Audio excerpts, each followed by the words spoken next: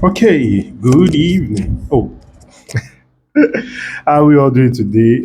Sorry, I had to hold my mic. I'm actually experimenting on something. I got a feedback that my voice are usually not clear, so I needed to hold my mic close to my mouth and see how well the voice will do this time around. Okay, so my name still remains Okpe Uluwaoni, and we've been talking about building system structure and capacity for wealth creation. So we started it yesterday, and today we are continuing today. So yesterday we rounded up with the fact that you need to write down everything that you do. So this will relate more with people that are self-employed or are in one form of trading business or the other, but you are not in a well-structured or well-oiled system.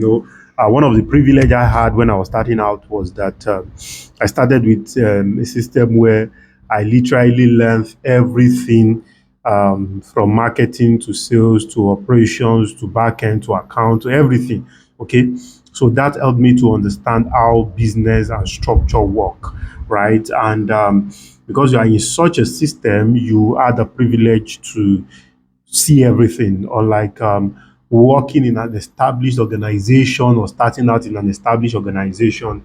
You do not get to see how the system and the structure work. So you are only part of a skewed part of that business. So when there is challenge in marketing, you might never know how to resolve it because you are not part of the marketing team. Okay. So, but building a business, creating wealth can only be done by solving problem. In fact, somebody said you want to create wealth, you want to create wealth, all you just need to do is to create a product, connect the product to people that needs them. Sorry, let me repeat. Create a product that people need, connect it to the people that needs them.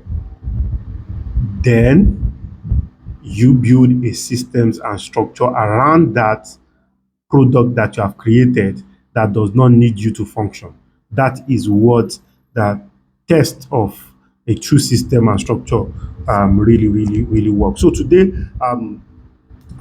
yes, I mean, of course, when I started, I didn't really give you the definition of system and all of those things. So let me quickly look at what is the definition of a system, and hopefully we'll be able to look at some case studies, and um, I believe that will help us a great deal. So, what is a system?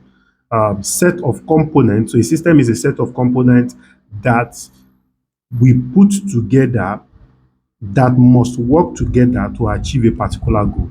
So a system is a set of components, human beings, structured, your time, everything, your money, all these are components that we put together that must help you achieve a particular goal. So basically, that is what a system is. But I'm going to give you another definition of a system, which for me comes with some act of perfection. And what I mean by act of perfection is that it defines what system is supposed to do in some measure of precision. So it's an acronym, and I know some of you probably already know it. Um, so system is spelled System. System. What that means is that S will stand for save, Y will stand for yourself, S will stand for stress, T will stand for time, E will stand for energy, and M will stand for money. So, what is a system in this acronym is that a system will save you time, will save yourself stress, time, energy, and money. Okay, so if you are running any system and it does not save you energy, time, and money, then you are not running any system. Or we can say that that is not a functioning system. Okay, I think it's safe to say that that is not a functioning system. So a system must save you energy, it must save you time, it must save you stress, and it must save you money. Okay, so I'm still going to come back to that definition. I mentioned something down last time, which was yesterday, that you should note everything that you're doing. So let's look at this now. Most businesses start as a product. So you start selling a product and the demand begins to grow. I remember somebody was sharing a story with me. I saw an advert. It does diesel supply, and the person saw an advert somewhere, and he saw an opportunity, and he latched onto that opportunity, and that's how the business gets started. I mean, of course, be from the business was not even a diesel supply that he was doing, but he saw a loophole that diesel because he was into diesel supply, he was able to recognize that opportunity. And there's a particular product, he started importing the product. From there, he started importing petroleum products.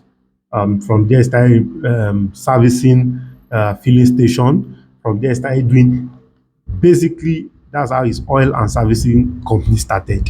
Okay, from just being a diesel supplier, and he saw an opportunity in the diesel value chain, and he took advantage of that opportunity. Okay, so we are all at different stages of our businesses. So it depends on what stage are you in that business.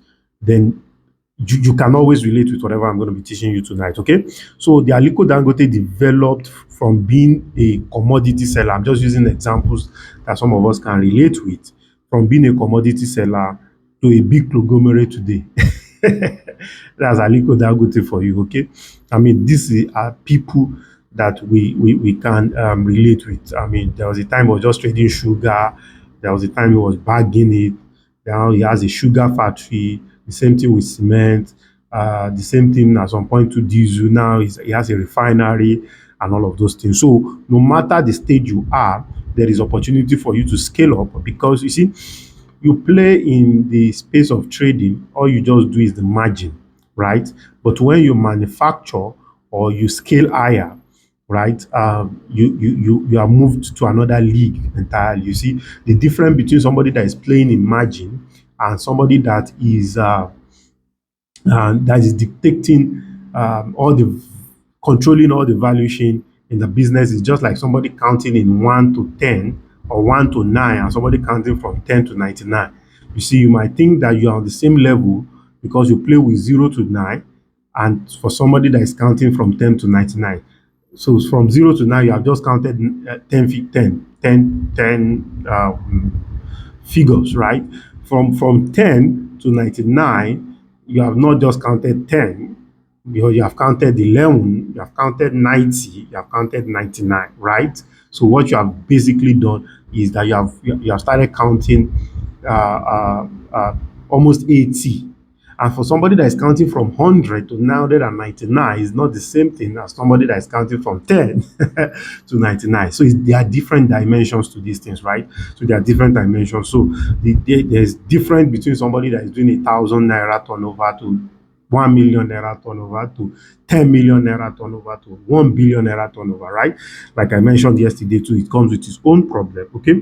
As a trader, you are often the sole proprietor and it's often called a one-man business, right? I will share um, some example. For instance, as a career person, you can be an entrepreneur within the business, okay?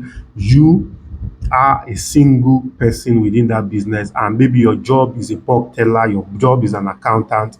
At the same time, you can be an entrepreneur within that same business. So what do I mean by being an entrepreneur? Intrapreneur, you can dictate the uh, the income that you generate in that business. You can dictate your productivity.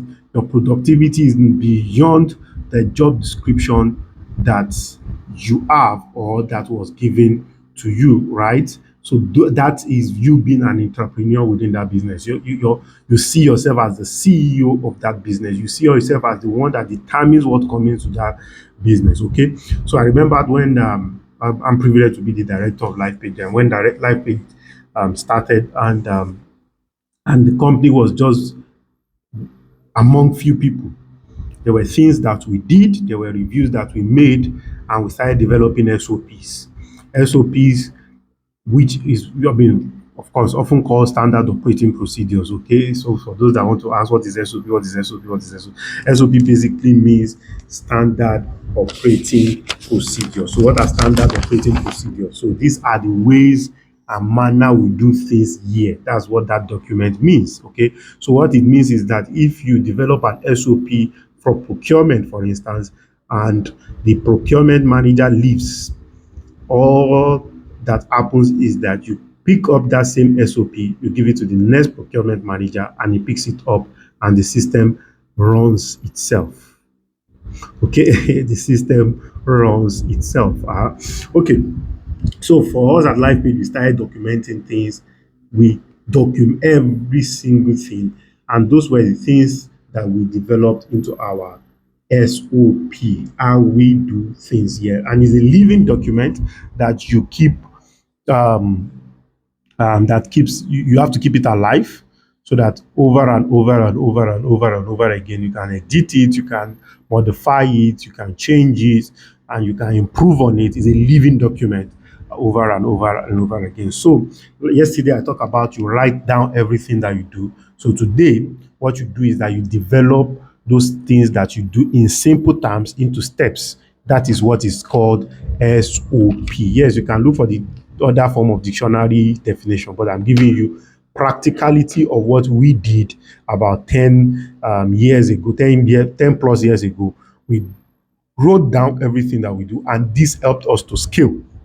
So writing it down helps us to see that, okay, now this is the job of a driver. Do we need two drivers? Okay. So this is the job of land sourcing. Do we need to, how do we scale up our land sourcing? So there's a document to hand over to whoever we want to help us to do land sourcing and the rest like that. Okay. So this is where I'm going to be drawing the curtain today, and tomorrow we'll now pick it up on what are the things you need to consider when writing SOPs and all of that. And I hope you are gaining something from this, right? So my name still remains Okpe Oluwa Oni, and we are still talking about building system structure and capacity for wealth creation. So like, share, that will be all for today.